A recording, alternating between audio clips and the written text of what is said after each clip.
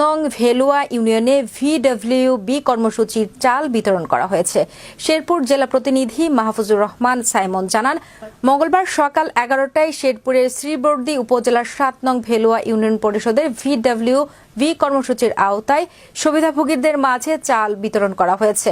এ সময় উপস্থিত ছিলেন 7 নং ভেলুয়া ইউনিয়ন পরিষদের chairman Abdul Karim, tag officer, প্রশাসনিক কর্মকর্তা, ইউপি সদস্যগণ ও গ্রাম পুলিশের উপস্থিত ছিলেন।